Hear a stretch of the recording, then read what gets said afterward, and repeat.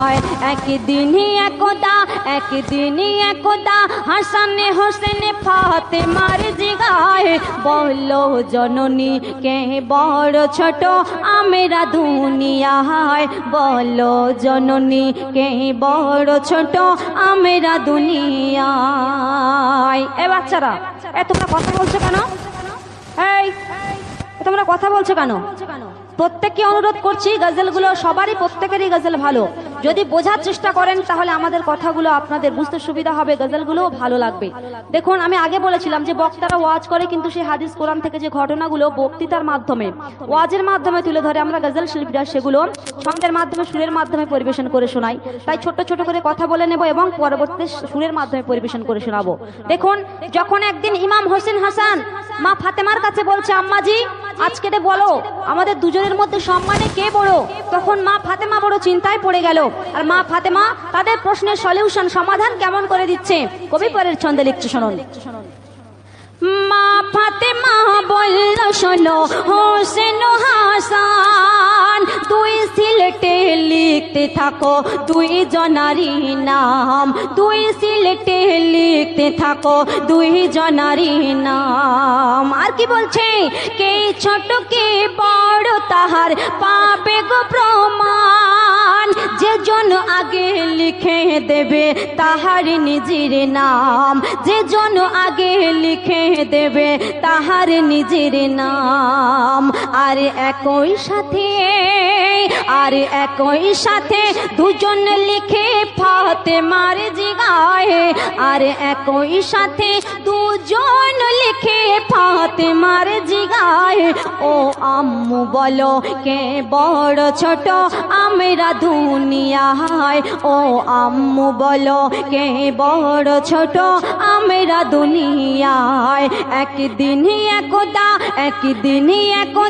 হাসান হোসেন ফাতেমার জিগায় বললো জননী কে বড় ছোট আমরা দুনিয়ায়, বললো জননী কে বড় ছোট আমরা দুনিয়ায়। যখন মা ফাতেমার কাছে ওই প্রশ্নের উত্তর মেলেনি, মা ফাতেমা বলেছিল যে তোমরা দুটো সিলেটে দুজনের নাম লিখতে থাকো, আর যেজন আগে লিখে দেখাবে আমায় সেই সম্মানে বড়, সেই হবে বড়। কিন্তু মা ফাতেমা যখন এই প্রশ্ন সমাধান দিতে চেয়েছিল, তখন কিন্তু ইমাম হোসেন হাসান দুটো সিলেটে দুজনের নাম একই সময়ের মধ্যে লিখে মা ফাতেমাকে দেখিয়েছিল, কিন্তু মা ফাতেমা কোনো উত্তর দিতে পারেনি, কোনো সমাধান করতে পারেনি। তখন ইমাম হোসেন হাসান পিতা আলীর কাছে গেছিল, আর পিতা আলী কি করছে আর কি বলছে কবি সে সম্পর্কে লিখছে, শুনুন। হোসেন হাসান ছুটে ছুটে পিতা আলীর কাছে যায়, আর একই প্রশ্ন পিতার কাছে তারা জানতে চায়, একই প্রশ্ন পিতার কাছে তারা জানতে চায়। আর তখন আলী কি বলছে, বলল আলী দুইটি ডালিম পারো তুই জানা, সেই তো বড় যার ডালিমে হবে বেশি দানা, সেই তো বড় যার ডালিমে হবে বেশি দানা। আর দুই ডালিমের দানা সমান পেয়ে পিতাকে জিগায়, ও আব্বু বলো কে বড় ছোট আমরা দুনিয়ায়, ও আব্বু বলো কে বড় ছোট আমরা দুনিয়ায়। যখন পিতা আলীর কাছে গেছিল, তখন পিতা আলী বলেছিল যে ওই গাছ থেকে তোমরা দুটো ডালিম পারো, এবং যার ডালিমে বেশি দানা হবে সেই বড়। কিন্তু সেই দুটো ডালিমের দানা কিন্তু সমান পেয়েছিল ইমাম হোসেন হাসান, আর পিতাকে তারপরে দেখিয়েছিল। আর পিতা কি বলেছিল যে আব্বু এবারে বলো যে আমরা কে বড়। তখন কিন্তু পিতা আলীও কোনো উত্তর দিতে পারেনি, সমাধান করতে পারেনি। তখন ইমাম হোসেন হাসান তারপরে কোথায় যাচ্ছে কবি সে সম্পর্কে লিখছে, শুনুন। সঠিক উত্তর না পেয়ে তারা নানার কাছে যায়, দয়ার নবী খোদার ধ্যানে ছিল সেই সময়, আর দয়ার নবী খোদার ধ্যানে ছিল সেই সময়। বলল খোদা জিবরিলের দ্বারা নবীজির কানে, কি বলে কঠিন প্রশ্ন প্রশ্ন নিয়ে হাসান হোসেন আসে দুজনে, কঠিন প্রশ্ন নিয়ে হাসান হোসেন আসে দুজনে। যে জনে প্রথম সালাম দেবে নবী গো তোমায়, আল্লাহ পাক জিবরিল আমিনের দ্বারা আল্লাহ রাসূলের কাছে ওহী পাঠাচ্ছে কি, যে যেজন প্রথম তোমায় সালাম দেবে তাকেই তুমি বড় বলবে, তাকে বড় বলে ঘোষণা করবে, তোমার সমাধান, প্রশ্নের সমাধান পেয়ে যাবে তারা।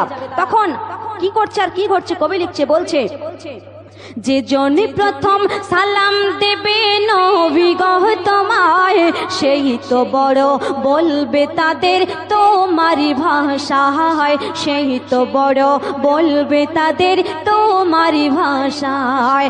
একদিন একদা হাসান হোসেন পিতাকে জিগায়, একদিন একদা হাসান হোসেন ফাতেমার জিগায়, বলো জননী কে বড় ছোট আমরা দুনিয়ায়, বলো জননী কে বড় ছোট আমরা দুনিয়ায়।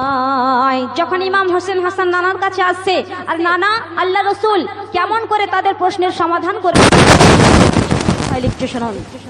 হাসান হোসেনের হাত ধরে আগে ছুটে ছুটে যায়, হাসান হোসেনের হাত ধরে ছুটে ছুটে যায়, দেখিল নানা বসে আছে এক গাছের তলায়, দেখিল নানা বসে আছে এক গাছের তলায়। আর তখন দেখেই হোসেন হাতড়ি ছেড়ে, দেখেই হোসেন হাতড়ি ছেড়ে আগে ছুটে চলে যায়, আরে পিছন থেকে হাসান তখন, পিছন থেকে হাসান তখন সালাম দিয়ে দেয়, পিছন থেকে হাসান তখন সালাম দিয়ে দেয়। আর তখন বলল নবী, বলল নবী সেই তো বড়, বলল নবী সেই সালামে, বলল নবী তোর যে সালামের